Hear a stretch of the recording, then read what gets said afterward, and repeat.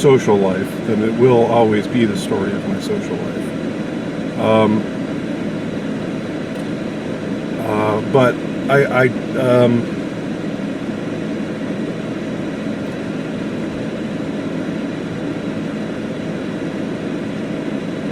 I never connected all of this stuff, all of this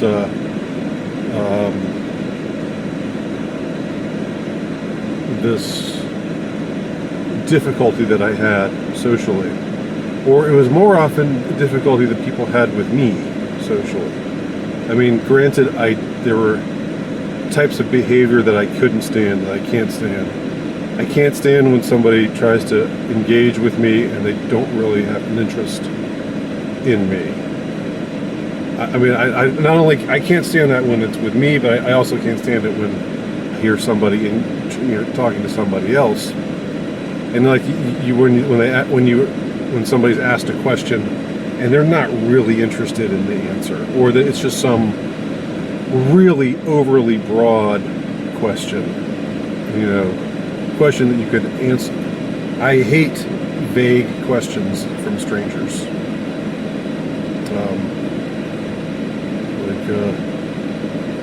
So how are you doing? Well, you really... I'm always like, I'm okay. Because you don't really want to know how I'm doing. And I don't really want to tell you how I'm doing. But, so there would be types of behavior that would really put me off. Like phony, this friendly seeming demeanor that's just kind of that's all surface, and if you were really to answer their question, they wouldn't, they would be really kind of put off, because they would be like, I didn't really want you to answer my question. I was just asking it because I wanted to seem friendly. Just people who had that kind of that kind of demeanor, or being viewed as a charity case. I never. I know this girl who invited me to her birthday party in 11th grade. I think she was a nice person. I think she meant well, but I don't want to be anybody's charity case. I don't want to get invited to something because you feel sorry for me, and because you think I'm having trouble making friends.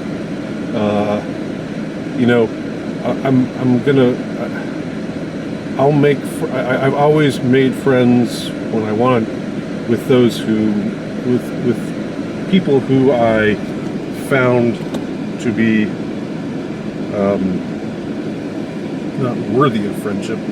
That makes it sound like some elitist thing, but with people who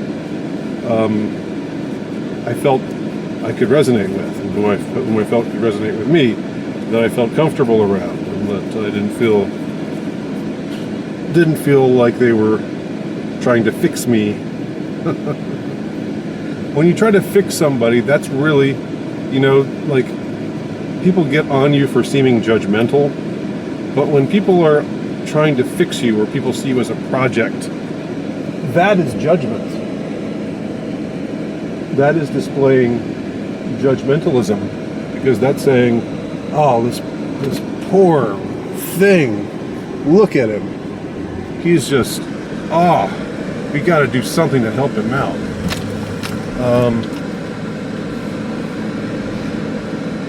So,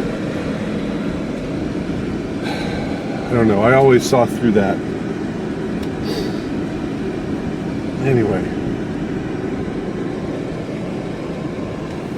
Anyway, I think that just to bring all of this to a close here, to bring all of these self-indulgent, introspective thoughts to a close here, when I looked back at what it meant to be an INTJ, what constitutes an INTJ type of person, Again, if you buy into the Myers-Briggs thing, if you think it's not just a fraud, if you think it measures things that are truly worthy of being measured and so forth.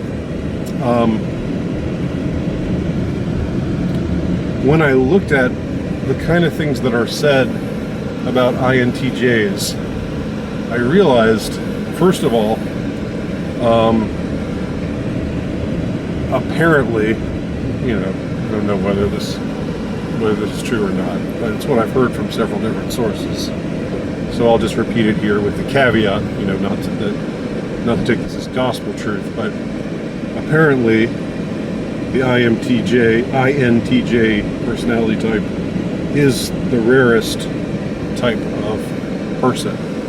So I'm not saying that like, oh, that makes me special. Wow, I'm so special. I'm a special and unique snowflake. I'm saying it helps, it makes sense if I'm only part of 1.6 of the population, then it would make sense that I would feel alien, and that my ways would be alienating to others, because most others simply wouldn't be constituted the way that I was constituted. And it would make sense that there would somehow be something about me that would seem wrong or off, or like I couldn't just be myself and have other people say, oh well, he's just doing that, that's just the way he is. Instead it had to be, why is he doing that? Why does he have to be that way? He's really ticking me off with his behavior and his demeanor. Why can't he change? Why can't he become someone different like the rest of us?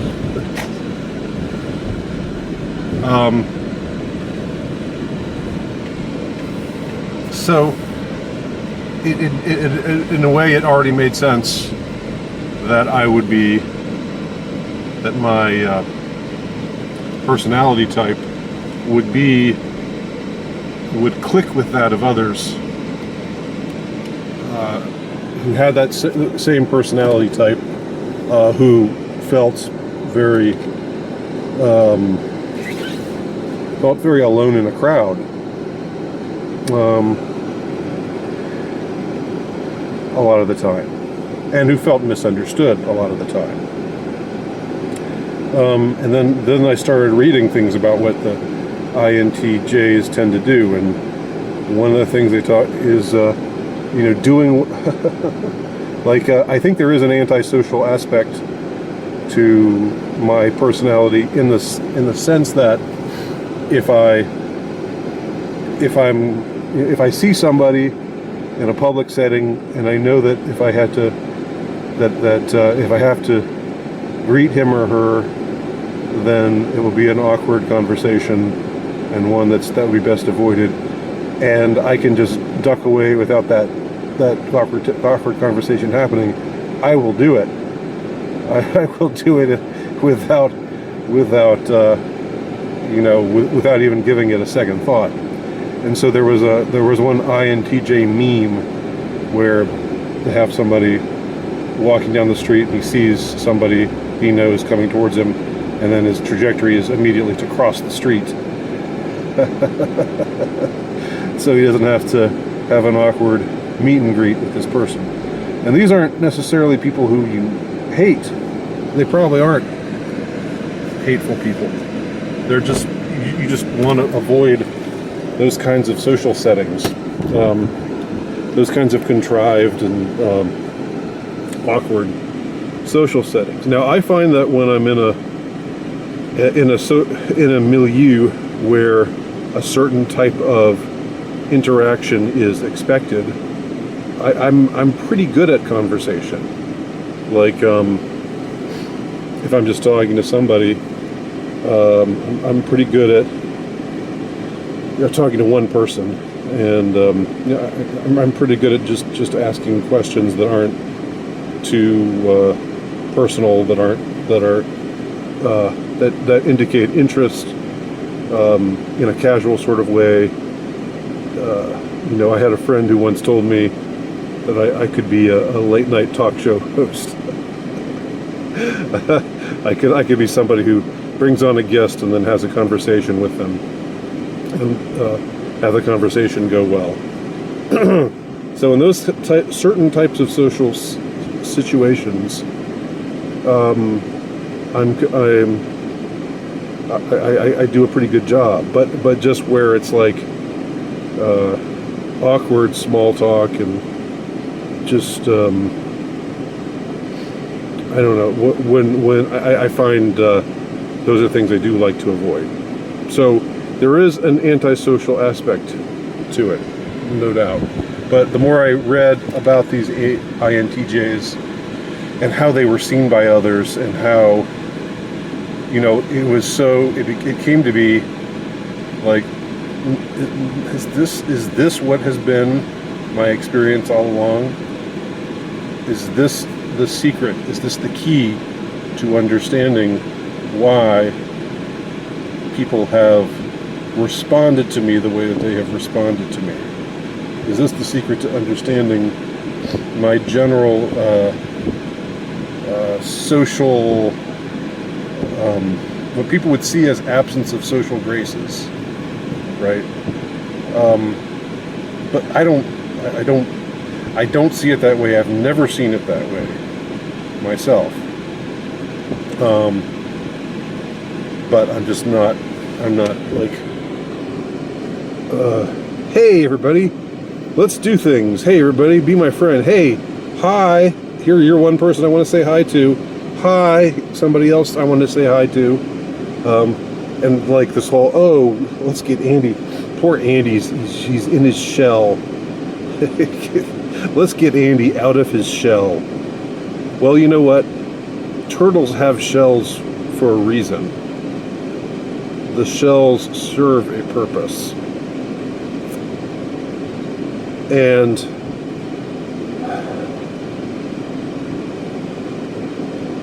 if you're going to use this, if you're going to go in for this talk of shells, comparing people to turtles and saying some shy person is just hiding within his shell and it needs to come out, and really experience things outside of his shell. Well, a turtle without a shell it's going to get squished. We have shells for a reason. Turtles have shells for a reason. And so when you think of somebody, he's overly protective. He's protective of himself.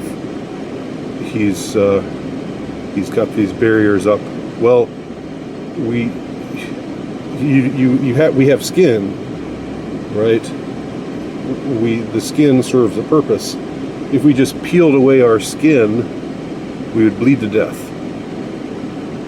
The barriers that we have that maintain a boundary between us and the world around us, they exist. They serve a purpose. So that's just what I would say to those who use the shell metaphor. But frankly, I think that it's sort of, and just to expand things to the wider world, if I am representative of INTJs in general, and if my experiences with others reflects that of other INTJs, those of other INTJs, then I think it shows something. It shows that just going around being yourself, being sociable when you feel like being sociable, but being generally reserved most of the time, being quiet most of the time, keeping your own counsel, laughing at things when you find them funny, but not just laughing and smiling and joking around all the time, and not just going, not just backslapping and, really disliking insincere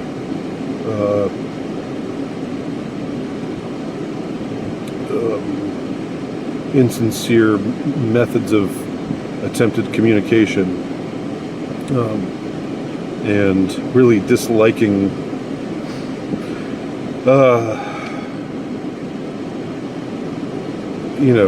disliking the type of behavior that some would find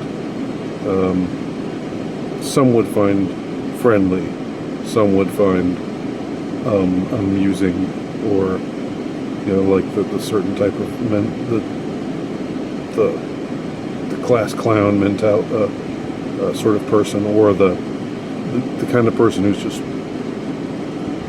who doesn't think in terms of boundaries at all, who just says what he thinks, says it loudly.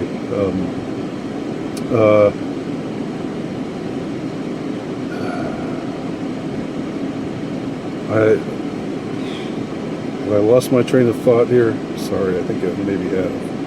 I guess that I'll just conclude by saying that these loud kinds of people, people who are loud, yeah, they're annoying. They can be annoying because they're loud. People who are quiet and yet they're still annoying, which is what the kind of feedback I kept getting, or not annoying, but not necessarily annoying, but off-putting in some way. People felt judged by me. They felt I was standoffish. They felt like I was unfriendly. I don't know what really, how really I can conclude this. It's strange that that being quiet and reserved can be so obnoxious to so many people, and it can lead to so much unasked for advice from others. Maybe well meant, like, oh, you're obviously miserable being the way you are. Well, if I'm happy or if I'm miserable, it doesn't have anything to do with my style or demeanor or method of behavior, right? If I'm happy or miserable or somewhere in between, maybe that's not relevant to how you see me behaving when I'm in a crowd of people. This seems to be a really hard thing for some people to get through their thick skulls. Really, really hard. And I think here's how I'll conclude this very long iteration of this theme. I wrote a piece about how I visited a priest once, and I'll link to it here. And it's in my one of my books. The book that I wrote about the demonic. I can't think of the title right now, but I'll link to it as well. I visited this priest because I felt like I had some question about whether I might be demonically oppressed, not possessed, but oppressed. And there is a difference between the two, and I'm not gonna. This isn't meant to be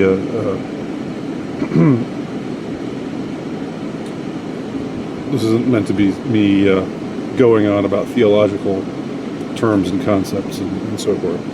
But I went to this priest just wanting to know if I were demonically oppressed. I thought we would have, and this priest seemed like somebody who was a serious sort of person, not a frivolous type of person. I would never have talked to anyone frivolous with questions like this. Anyone who struck me as frivolous. And rather than talking about the issue that I brought to his attention, he asked me, he said, he brought up the same kind of stuff that that people had said, that my mentor had talked about when I was working at that job, that my parents had gotten on my case about when I was in middle school and high school, that so many people had said about me before. Well, you just don't look like you don't interact with people, you don't smile very much, maybe you should just try a little harder to be sociable with others. Maybe that's the reason why you're feeling the way you're feeling. This is what I got this from a priest who I thought was going to at least take what I had to say seriously in a theological sense. Maybe his verdict would be, I don't get the impression you're demonically oppressed. But at least the consideration, rather than just this bait and switch, this, you're coming to me with these theological questions that pertain to you and to your spiritual well-being. I'm going to twist it around on you and, in essence, berate you for your demeanor and your behavior around others, and for being too quiet, for not smiling enough, for not laughing enough, for not being sociable enough. That felt like the ultimate betrayal. Because, again, it was somebody who should have known better. I mean, priests are people too, God knows, and as we have seen in recent years, I mean, having a priest misunderstand you in this way, it's better than having a priest molest you. So there's that. But to be fair, there's a whole lot more evidence that public school teachers molest children than priests do. So the whole, priests are just a bunch of molesters thing, that's a very anti-Catholic meme. That is not really fair. But anyhow, I'll just wrap it up by saying this thing is never going to go away for me. I will always feel misunderstood in this way. I will always feel hassled. I will always feel like people are getting on my case for not for being myself. And it's just struck me recently, when I read the profile of the INTJ, and the fact that the INTJ is supposedly the most